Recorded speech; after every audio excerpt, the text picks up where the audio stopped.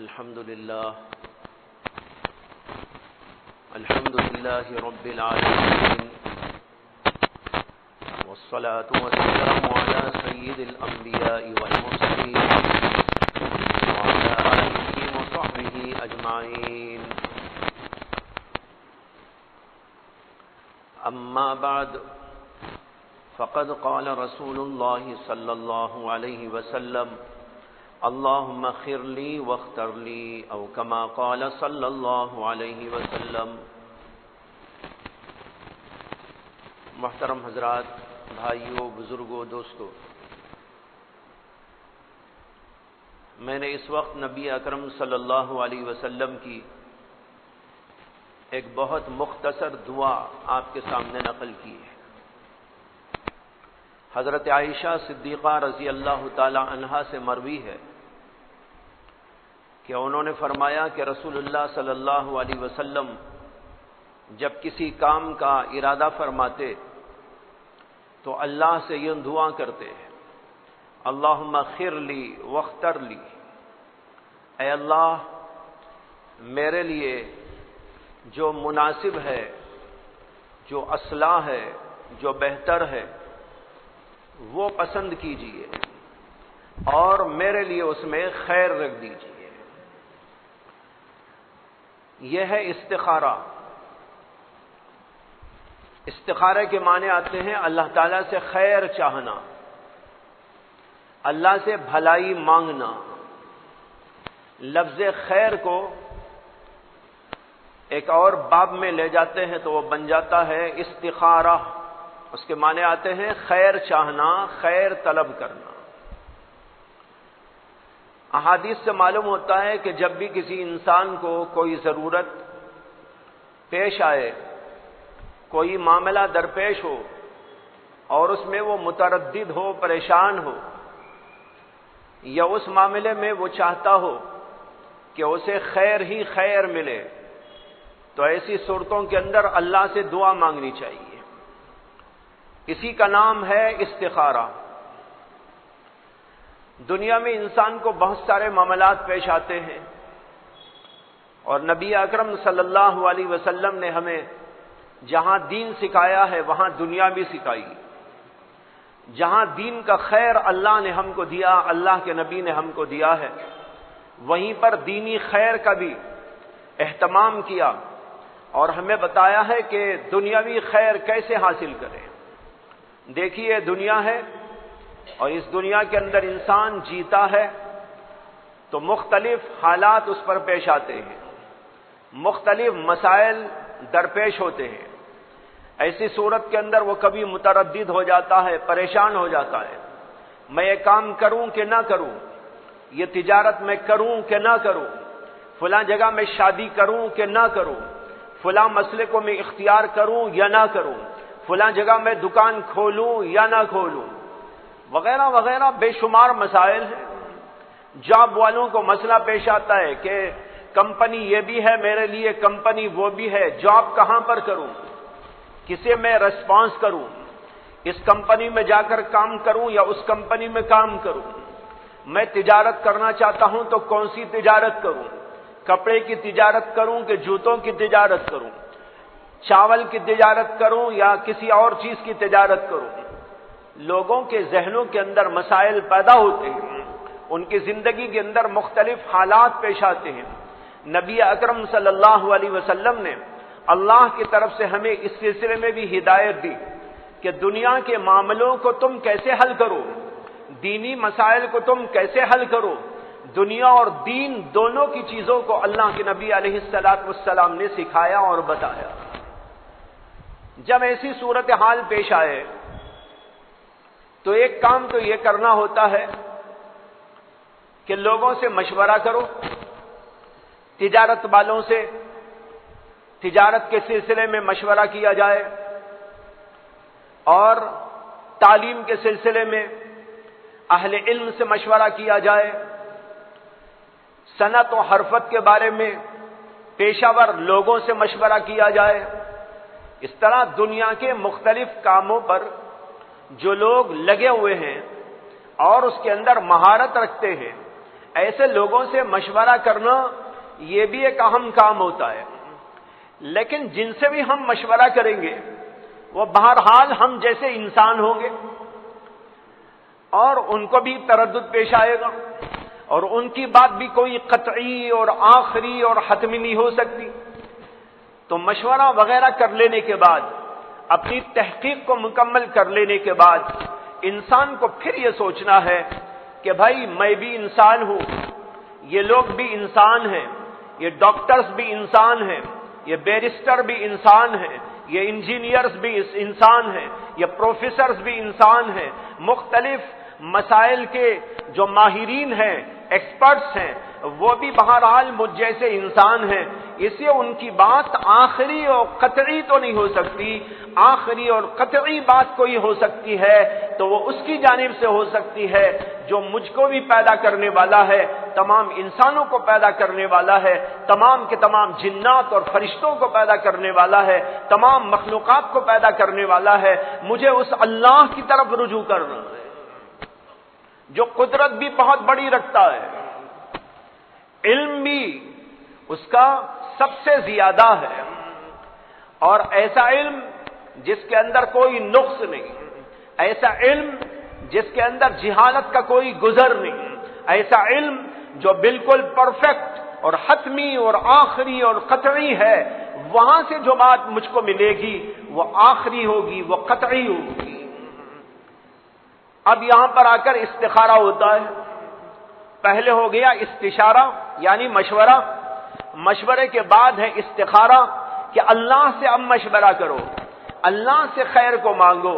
ایک حدیث میں آتا ہے کہ نبی اکرم صلی اللہ علیہ وسلم نے ارشاد فرمایا، ما خاب من استخار ولا ندم من استشار۔ جس آدمی نے استخارہ کیا وہ کبھی ناکام نہیں ہوتا، اور جو آدمی مشورے سے چلتا ہو وہ کبھی شرمندہ نہیں ہوتا۔ یہ دو جملے فرمائے نبی اکرم صلی اللہ علیہ وسلم نے کہ جو آدمی اللہ سے استخارہ کرتا ہے اپنے معاملات میں، اپنے حالات میں، اپنے مسائل میں، اپنے حوادث میں، اپنی پریشانیوں میں، وہ آدمی کبھی خائب اور خاسر نہیں، وہ آدمی کبھی ناکام نہیں، ضرور اس کو کامیابی ملتی ہے۔ اور جو آدمی مشورے کے ساتھ چلتا ہو، جو بھی بات ہو لوگوں سے مشورہ کرتا ہو، اہل علم سے مشورہ، اہل دین سے مشورہ، اہل مہارت سے مشورہ، تو ایسا آدمی جب ان سے مشورہ کر کر کام کرے گا تو اس کو شرمندگی کبھی نہ ہوگی، اس لیے کہ وہ ٹھیک راہ پہ گامزن ہو جائے گا۔ اس سے معلوم ہوا کہ استخارے کی کتنی بڑی اہمیت ہے اسلام کے اندر۔ ایک حدیث میں آتا ہے، اور یہ حدیث بہت سارے صحابہ سے بروی ہے، حضرت جابر بن عبداللہ رضی اللہ تعالی عنہ فرماتے ہیں کہ نبی اکرم صلی اللہ علیہ وسلم ہم کو استخارے کی تعلیم دیتے تھے اس طریقے پر جیسے کہ کسی سورت کی تعلیم دیتے تھے۔ قرآن کریم کی صورتیں جیسے سکھاتے تھے اور اس کی بڑی اہمیت ہوتی تھی، اس پر بڑی توجہ دی جاتی تھی، ایک ایک لفظ کر کر کے اللہ کے نبی علیہ السلام لوگوں کو سکھاتے تھے اور بتاتے تھے۔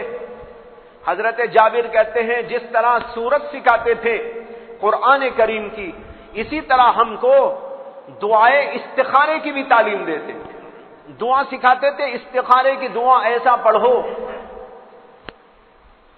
معلوم ہوا کہ بڑی اہمیت ہے، اور یہ ایک صحابی نہیں، تقریباً ایسی ہی روایت 10 صحابہ کرام سے بروی ہے، حضرت جابر سے، حضرت ابو بکر صدیق سے، حضرت سیدنا عبداللہ بن مسعود سے، حضرت سیدنا ابو سعید خدری سے، اور بھی کچھ صحابہ کرام ہیں۔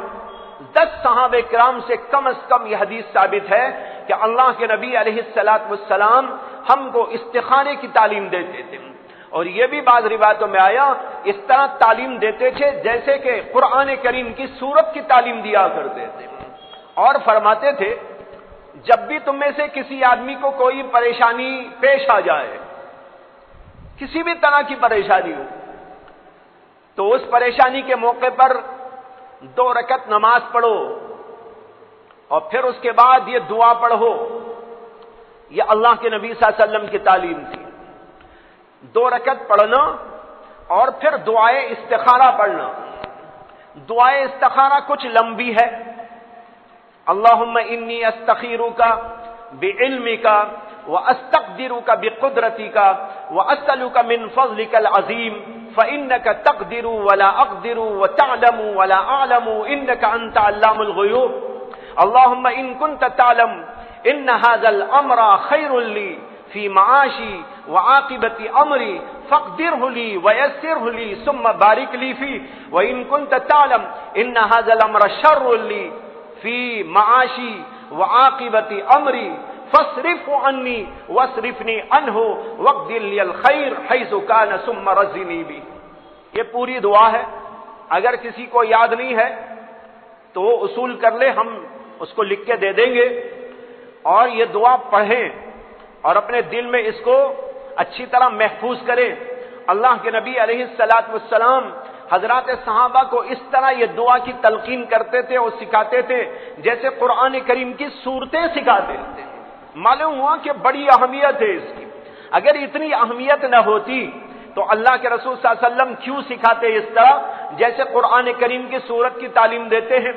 معلوم ہوا کہ بڑی اہمیت کی حامل دعا ہے. اس دعا کا اہتمام کرنا چاہیے اور ہر مسلمان کو یاد کرنا چاہیے. یہ اس کے دنیاوی معاملات کے لیے بھی بہت کارگر ہے, اخروی معاملات کے لیے بھی کارگر ہے. اس لیے اس دعا کا بہت اہتمام کیا جائے. یہ پوری دعا ہے. دعا کا ترجمہ سن لیجئے, ترجمہ ذہن میں محفوظ کر لیجئے. کتنا پیارا ہے اس دعا کا ترجمہ اور کتنی پیاری ہے دعا. اور بعض بزرگوں نے کہا کہ ایسی دعا تو سوائے نبی کے کوئی تعلیم دے ہی نہیں سکتا. ایسی پیاری دعا, ایسی اہم ترین دعا سوائے نبی کے کون ہے جو اس کی تعلیم دے دے. اللہ کے نبی صلی اللہ علیہ وسلم دعا کرتے ہیں, سکھاتے ہیں. کیا دعا؟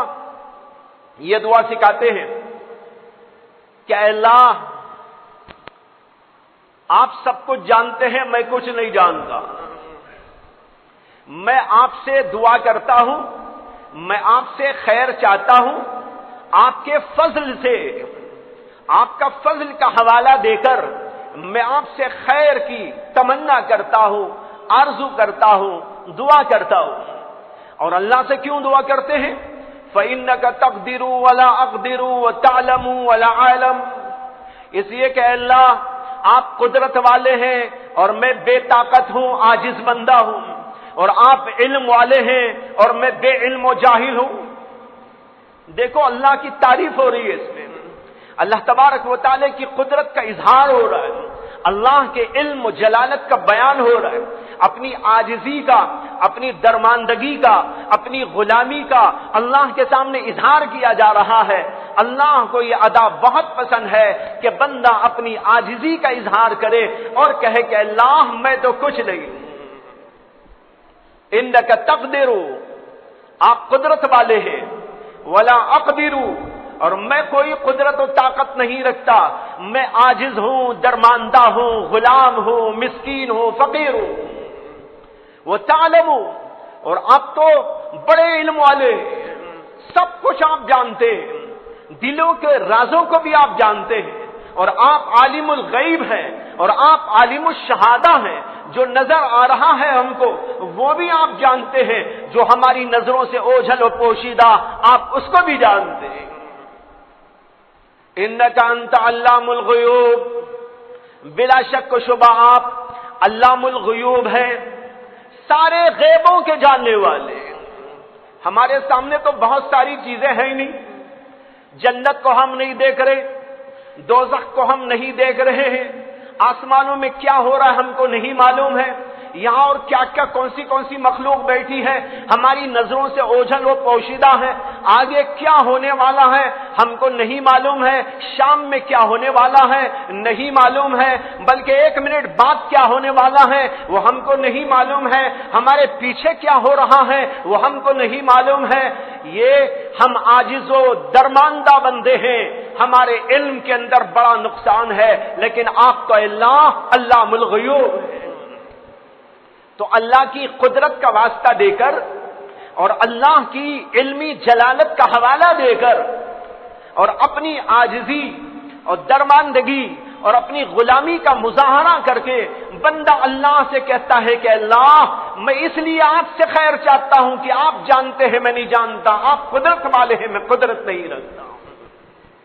اور پھر اس کے بعد دعا کرتا ہے۔ کیا دعا ہے؟ دعا کا ترجمہ یہ ہے، اے اللہ یہ معاملہ، اب جو بھی ہمارے ذہن میں ہے معاملہ جس میں ہمیں پریشانی ہو رہی ہے، تردد ہو رہا ہے، اس کو ذہن میں رکھا جائے۔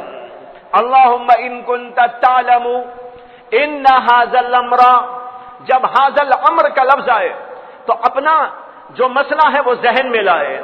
اے اللہ اگر آپ جانتے ہیں کہ یہ معاملہ جو مجھے درپیش ہے اس کے اندر میرے لیے خیر ہے، میرے لیے عافیت ہے، میرے لیے بھلائی ہے، میرے دنیاوی اعتبار سے بھی اور عاقبت اور اخروی اعتبار سے بھی، تو ایسی صورت میں آپ یہ خیر میرے لیے مقدر کر دیجئے، میرے لیے اس کو آپ پسند کر لیجئے اور اس کے اندر برکت عطا کر دیجئے۔ اگر اس میں خیر ہے میرے لیے مقدر کر دے، ایسے اسباب بنا دیجئے، ایسے حالات بنا دیجئے کہ وہ خیر مجھ کو مل جائے، وہ معاملہ میرا مجھ کو حاصل ہو جائے، وہ میری تجارت بن جائے، وہ میرا فلاں مسئلہ حل ہو جائے۔ اس طرح آپ میرے لیے اس مسئلے کو حل کر دیجئے اور اس کے اندر خیر رکھ دیجئے۔ وَإِن كُنتَ تَعْلَمُ إِنَّ هَذَا الْأَمْرَ شَرٌّ لِّي، اور اے اللہ اگر آپ یہ جانتے ہیں کہ یہ خاص معاملہ میرے لیے بھلائی والا نہیں ہے، اس کے اندر میرے لیے کوئی شر ہے، اس کے اندر میرے لیے اچھائی موجود نہیں ہے، میں تو نہیں جانتا آپ جانتے ہیں، اس کے اندر اچھائی ہے کہ برائی ہے، اچھائی ہے تو مقدر کر دینا، اگر اس میں کوئی شر ہے برائی ہے تو اے اللہ دنیاوی اعتبار سے برائی ہے تو بھی اور آخرت کے اعتبار سے برائی ہے تو بھی، دونوں صورتوں کے اندر اس کو میرے سے پھیر دیجئے اور مجھ کو اس سے پھیر دیجئے۔ پھیر دیجئے مطلب وہ معاملہ میرے سے ہٹا دیجئے اور مجھے بھی اس سے ہٹا دیجئے اور میرے سے اس معاملے کو ختم کر دیجئے، اور جہاں میرے لیے خیر ہے وہ خیر میرے لیے مقدر کر دیجئے۔ کیا پیاری دعا ہے، جچے تلے الفاظ کے اندر اللہ کی قدرت کا بیان، اللہ کی جلالت و عظمت کا بیان، اپنی عاجزی و درماندگی کا بیان، اپنی غلامی و پستی کا اظہار، اور پھر اللہ سے دعا، خیر ہے تو اے اللہ مقدر کر دیجئے اور شر ہے تو مجھ کو اس سے دور کر دیجئے اور اس کو میرے سے دور کر دیجئے۔ یہاں پر دو لفظ فرمائے، اگر یہ خیر ہے معاملہ تو میرے لیے مقدر کر دینا۔ علماء لکھتے ہیں مقدر کر دینے کا مطلب یہ ہے کہ میرے حق میں اس کا فیصلہ کر دیجئے کہ وہ چیز مجھے حاصل ہو جائے، اور اس کے جو اسباب ہو وہ اسباب پیدا کر دیجئے، اس لیے کہ جب اللہ کسی چیز کا فیصلہ کرتے ہیں تو اس کے اسباب بھی خود پیدا کر دیتے ہیں۔ یہ تجارت ہونا ہے، خیر ہے، اے اللہ اس کو میرے لیے مقدر کر دے، تو اب مطلب یہ ہوا کہ اے اللہ اس کا فیصلہ میرے حق میں کر دیجئے اور اس کے اسباب بھی بنا دیجئے کہ وہ چیز مجھ کو حاصل ہو جائے، میرے سے چھوٹ نہ پائے۔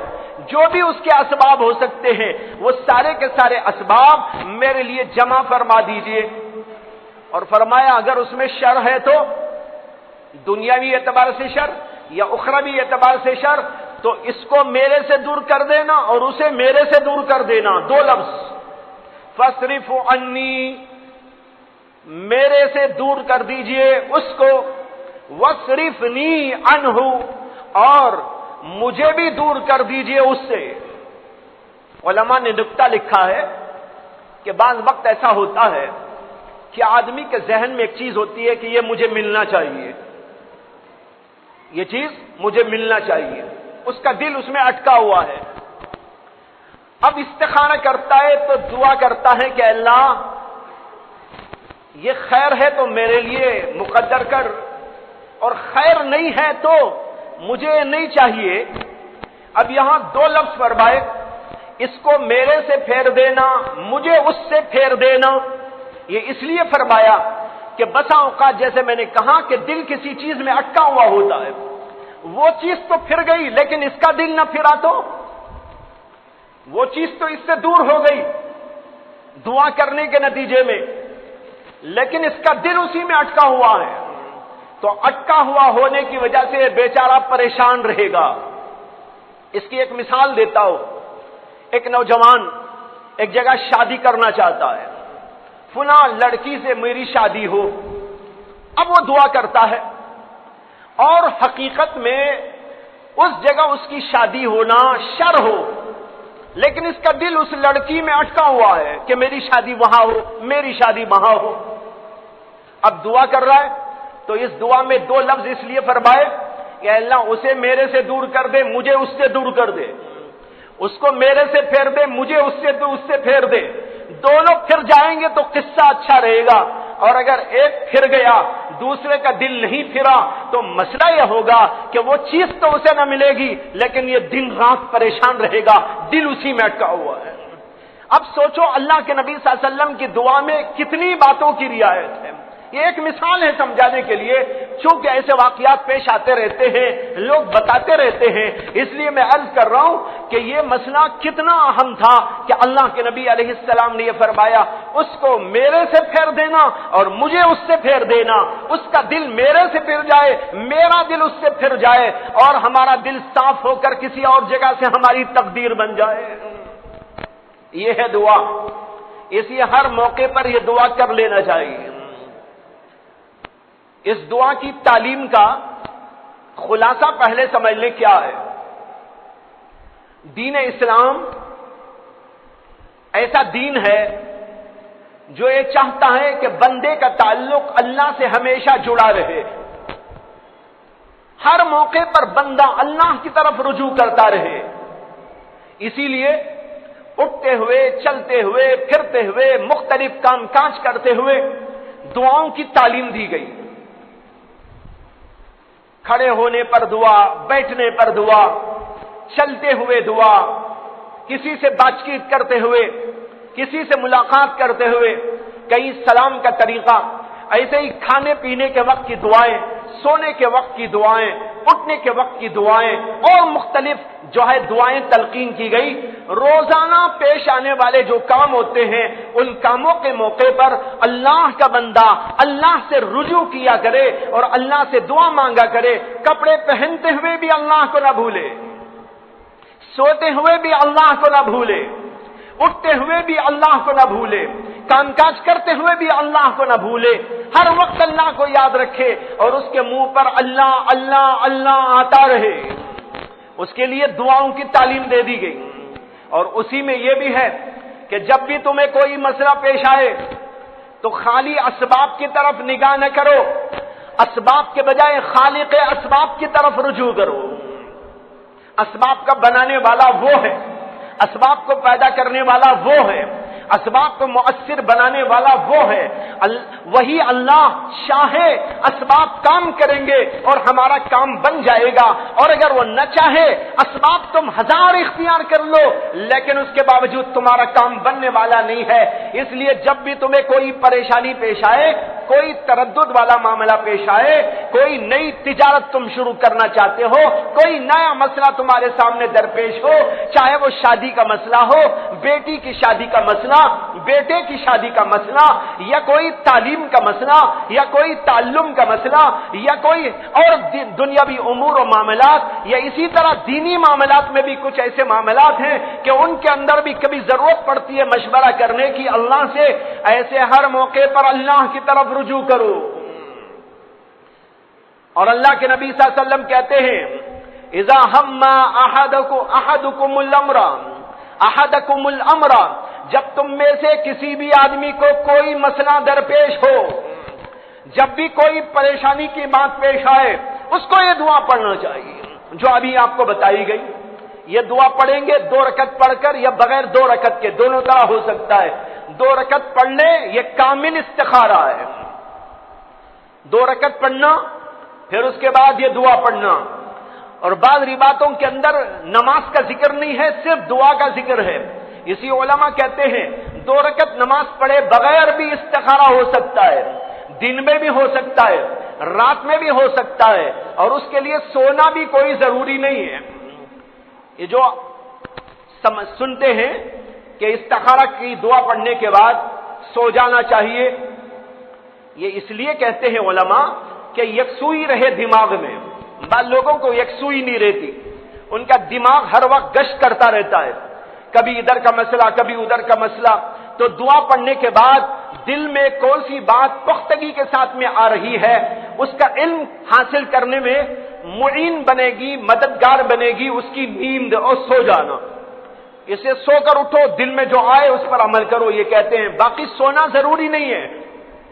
بہت سے ایسے اکابر ہیں بیٹھے بیٹھے مشورہ کر لیتے، بات چیت کرتے کرتے اللہ سے مشورہ کر لیتے ہیں، استخارہ کر لیتے ہیں۔ کوئی مسئلہ پیش آیا، آنکھ بند کر لی، اللہ سے دل میں دعا کر لی، اور پھر اس کے بعد میں آنکھ کھول کر کام اپنا شروع کر ڈالا، اس لیے کہ ان کا دماغ یکسو ہوتا ہے۔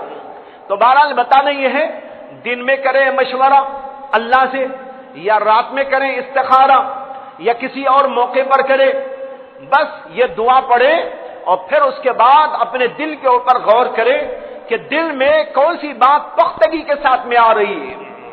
جو بات پختگی کے ساتھ میں آتی ہے اسی کے اوپر عمل کر لیا جائے، اسی کا نام ہے دراصل استخارہ۔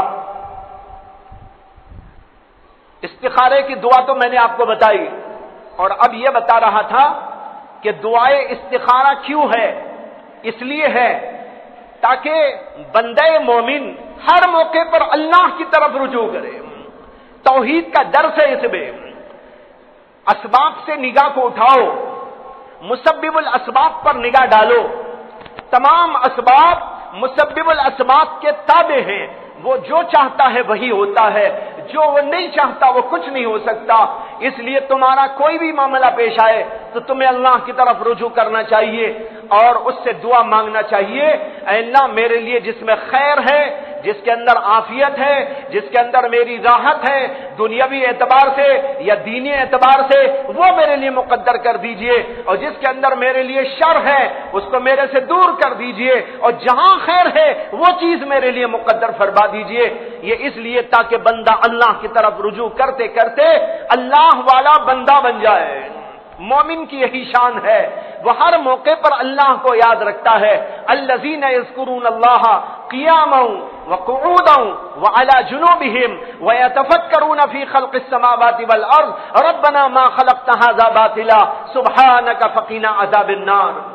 سبحانک فقنا عذاب النار دعا ہے، یہ اللہ کی آیات ہیں، اس میں کہتے ہیں کہ وہ بندے جو اللہ کو یاد رکھتے ہیں، کب یاد رکھتے ہیں؟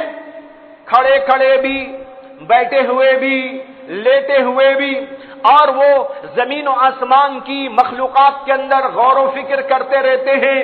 یہ اللہ کے نیک بندوں کی صفات ہے، اور وہ اپنی زبان سے یوں کہتے ہیں کہ اللہ آپ نے یہ چیزیں بیکار نہیں پیدا فرمائی، اس کے اندر تو بڑی عبرتیں ہیں، زمین میں عبرت، آسمان میں عبرت، چاند سورج میں عبرت، انسان میں عبرت، انسان کے اعمال میں عبرت، ہر چیز کے اندر عبرت کے نمونے موجود ہے۔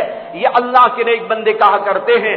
اس میں بھی یہی درس ہے کہ جب تمہیں کوئی مسئلہ پیش آئے اللہ کی طرف رجوع کرنا چاہیے۔ یہ دعا یاد کر لیں، اگر کسی کے پاس نہیں ہے تو ہمارے پاس آئیں، وہ ہم دے دیں گے، یاد کرنے کی کوشش کرے، اور موقع آئے، اور ہر ایک کو موقع آتا ہے۔ کون ایسا آدمی ہے جسے موقع نہیں پیش آتا؟ کبھی نہ کبھی بلکہ دن رات موقع آتے ہی رہتے ہیں۔ اور حدیث میں نے شروع میں عرض کی تھی حضرت عائشہ صدیقہ کی کہ اللہ کے نبی کو جب بھی کوئی معاملہ درپیش ہوتا، اللہ کے نبی اللہ سے استخارہ کرتے اور دعا مانگتے، اللہم خر لی واختر لی۔ یہ چھوٹا استخارہ ہے، وہ بڑی دعا ہے استخارے کی۔ یہ دعا تو ابھی یاد ہو جائے گی آپ کو، اللہم خر لی واختر لی، یاد کر لیجئے، زبان پہ لوٹا لیجئے، ابھی یاد ہو جائے گی۔ صرف 2 جملے ہیں اس کے اندر، اللہم تو سب کو یاد ہے، اس کے بعد ایک جملہ ہے خر لی، دوسرا جملہ ہے وختر لی۔ اتنا چھوٹا جملہ، اس کا ترجمہ ہے اے اللہ میرے لیے وہ چیز پسند کر لیجئے جو میرے لیے بہتر ہے، اور اس کے اندر میرے لیے خیر مقدر کر دیجئے۔ یہ چھوٹا استخارہ ہے، چلتے پھرتے اٹھتے بیٹھتے جب بھی کوئی مسئلہ پیش آ جائے اس وقت میں دعا پڑھ لے، اور دعا پڑھنے کا نتیجہ ہوگا اللہ ہمارے لیے خیر کو مقدر کریں گے، شر کو دور کر دیں گے۔ وآخر دعوانا ان الحمد للہ رب العالمین۔